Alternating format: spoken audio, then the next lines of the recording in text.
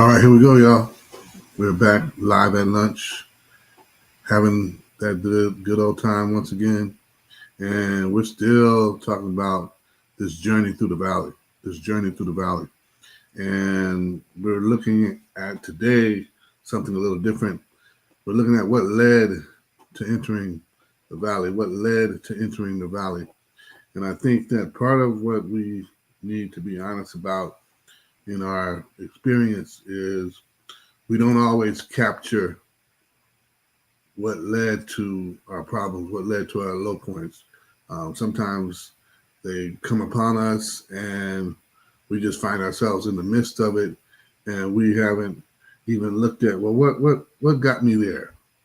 What got me in that situation? Was it a choice I made? Was it something that God was doing to remind me or help me reflect into where I should be in my walk with Him? What got me into this valley?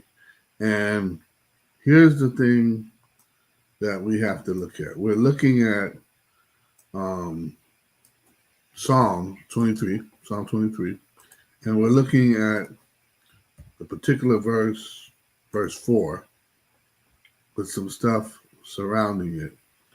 One of the things we got to keep in mind, always study the text in context, right? Always study the text in its context, right? So this is starting up. The Lord is my shepherd, right? So when we talk about sheep, right, how does the shepherd sheep end up in this valley, right? How does one of the shepherd's sheep end up in this valley of darkness? How does that happen if the shepherd's on duty? How does that happen if the shepherd's not asleep on watch? How does that happen? And what we get is we're all not coming into this just one way or another. Different things happen when we come into the valley. Different things happen to bring us into the valley, right? And as we look at that, what brought you here may not be what brought me here. What got you here may not be what has me in the same position, right? We're talking about people experiencing everything from substance abuse to financial hardship, running away from home due to molestation and incest or any of those things, running away from home from the food insecurity and poverty, just too much going on, the mental strain of it, the heartache of it, whatever it may be that has you out and about and away and into the streets. That's what we're talking about. And it may not even be into the streets. You may find yourself in an asylum. You may find yourself on a 72-hour hold. What's your low point? What's your low place? You may be living in a shelter for a period of time. You may be in a women's shelter, a veteran shelter, whatever it may be. But what's that low point that got you here? And now, looking at it, how are we going to deal with it? How are we going to deal with it? And understand, along the way, many of us, right? Many of us, we lose track. Like I said before, we lose track of what got us here. We lose track of it. We lose sight of it. We don't understand it. We don't have a good view of it. We don't understand the factors that played out. Well, how come I was, out in the streets getting high with these people and we were doing the same drugs, doing all the same stuff, but it affected me worse than it affected them. You don't know how any of this is going to play out. We're not guaranteed that any of this is going to play out. And I have to tell you, we're not guaranteed that any of this is going to play out in any sense of fairness that you may want to see, any sense of equity that you may want to see. God's not a respecter of persons. So what may happen to you may not happen to the person next to you who was doing the same thing you were doing. Something different was marked out for you. And you've got to live through that experience. You've got to live with that and live with that in a sense where you can be more than a conqueror. You can be an overcomer.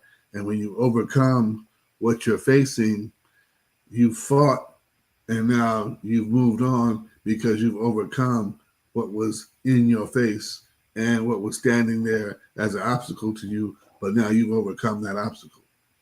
Praise God.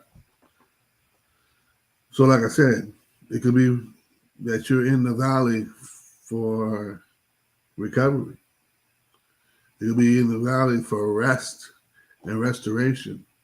You can be in the valley for just a little bit of time separated. But what is it, right? What is it that led you here?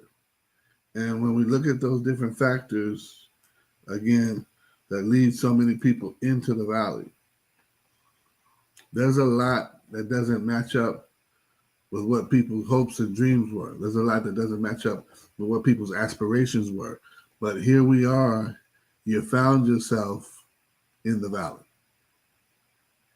And the goal is not that you come to the valley and camp out, come to the valley and set up camp, come to the valley and become one that gets settled in the valley. The goal is not to get settled in the valley and to stay in the valley. The goal is to go through the valley. The goal is to go through the valley, to get out of there, right? To eventually move on. That's God's plan for you. God's not intending for you to stay there, right? God's not intending for you to get locked in and say, okay, this is my spot. Let me make it comfy. No, don't get comfortable in the valley. Stay focused. And when you stay focused, I want you to understand I'm saying stay faithful as well, right? So that's two things you got to do. You got to stay focused and stay faithful. Can we do that? Stay focused and stay faithful. Don't lose your mind in the valley, right? Don't lose your heart and soul in the valley. Don't lose it all and lose all grips in the valley. Stay focused and stay faithful. Stay focused and stay faithful. Stay true to yourself and true to your God and your walk along this journey while you're in the valley. And what else should happen in the valley? This is really getting into what you got to do while you're there. You know, you've got to journey through there, but you've got to journal the journey. You've got to journal the journey. And when I say that, there's a couple of things I'm going to put out here. But while you're in the valley, you've got to journal the journey. You've got to write it down. You've got to write down what you experience, right? And not just write it down, every now and then and every so often. You've got to write it down day by day, what you experience in the valley. Write it down day by day, what you experience in the valley, because there's going to come a point where you can't look back and trace, man, what was happening there, what was going on, where was my mind at, where were my emotions at that day, what was happening. You've got to document daily, right?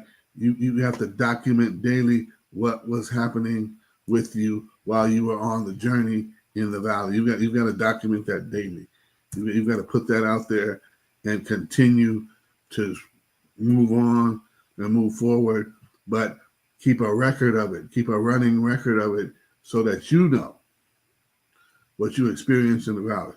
I say in particular, do like the psalmist, right? Do like the psalmist and go ahead and question as you're writing it down, question, what happened? How did I end up here? Go back and play that out. Well, how did I end up here? Was it of your own doing or something else? How did I end up here? Is there something I need to admit? Is there something I need to give up? Is there something I need to walk away from? What got me here in this valley? And if I can look at what got me here in this valley, I can look away from that and say, do I really need that in my life? I can ask those questions continuously as I'm journeying through the valley because I'm not staying there. And I need to write it down, right? I need to write it down what I experienced, and I need to break this down. I need to express my emotions, right? We don't always do that. I need to express my emotions based upon my experiences in the valley, my experiences along the journey. I need to express my emotions based upon what happened yesterday and what happened today. I need to reflect and record what is going on in this valley experience, right? This is going to be a time where if I don't do it now, I may not recall it when it comes time for my testimony of how I got out of it. I may not recall it when it comes time for my testimony of what I was going through when God got a hold of me and moved me out of that valley. I've got to write it down. I've got to journal it. I've got to record it. I've got to reflect on it and not lose hope. That's the part where people get stuck. They lose hope. They lose faith. They lose focus. And like I said before, you can't do that. You can't do that. You've got to stay focused and you've got to stay faithful. This is groundwork. This is groundwork for getting through, right? There's very little else that you can do that will supply you with what you need for getting through the valley. Listen, it doesn't matter what you think or what you imagine as far as possibilities for what got you in this valley, right? Isaiah says it in a very clear way in chapter 53, verse 6. He says it real clear right here. He says, all of us, like sheep, have strayed away. All of us. And that's a perfect picture. That's a befitting picture when we look at the Lord is my shepherd, comma, but I strayed away. The Lord is my shepherd, comma, but like many of us, I got off track. The Lord is my shepherd, but like so many of us, I went and tried to do my own thing. The Lord is my shepherd, but here I go again trying to do me. All of us, like sheep, have strayed away. That's a major admission from the prophet. In the midst of talking about the servant of the Lord, the man of sorrows, he plugs in all of us like sheep have strayed away. So that fits in reflection when we come back here and we're in Psalm 23 and we find ourselves in the valley. Regardless of the cause, catch up with the connection. We're acting and operating like sheep. And so with that shepherd, I feel his presence. With that shepherd, I have no fear of evil because I feel his presence. You are with me. What? You are with me. You're with me. And I feel, right? And I feel that even though I'm in this shadow of death, even though I'm in this valley of the shadow of death, I fear no evil because you are with me. Your presence is there. I can feel the presence of the shepherd with me, and that allows me to carry on and not lose hope. Picture that. That's where we need to be today. We may not have all the answers for why we entered into the valley, but we definitely have some tools, some methods, some techniques for dealing with now that we're in the valley. We're going to talk about it some more. We're going to talk about some more about what's going on in the valley. But in the meantime, keep with us. Keep with us. Join in with us. Stay with us, please. We are trying to get get our way right back into this valley, right? We're trying to get our way right back into this valley and talk about it some more. Talk about it a little bit with the people who are with us and share the good news about this time that we might have had in the valley, right? We might have had some time in the valley, but that time in the valley also would be time well spent, right? That time in the valley will be time well spent because we'll know that we've got some things going on, and those things that are going on don't have to end with us being depressed, lost, and losing hope. We can stay focused, stay faithful, keep it out, keep it up all the way through as we get through the valley and find our way to greener pastures. Hey, I want you to know this is something we're going to do week by week, 9 a.m. Pacific Standard Time. Glad to see you out there. Love to see you on Twitch. Love seeing you on YouTube. God be with you. God bless. Peace love.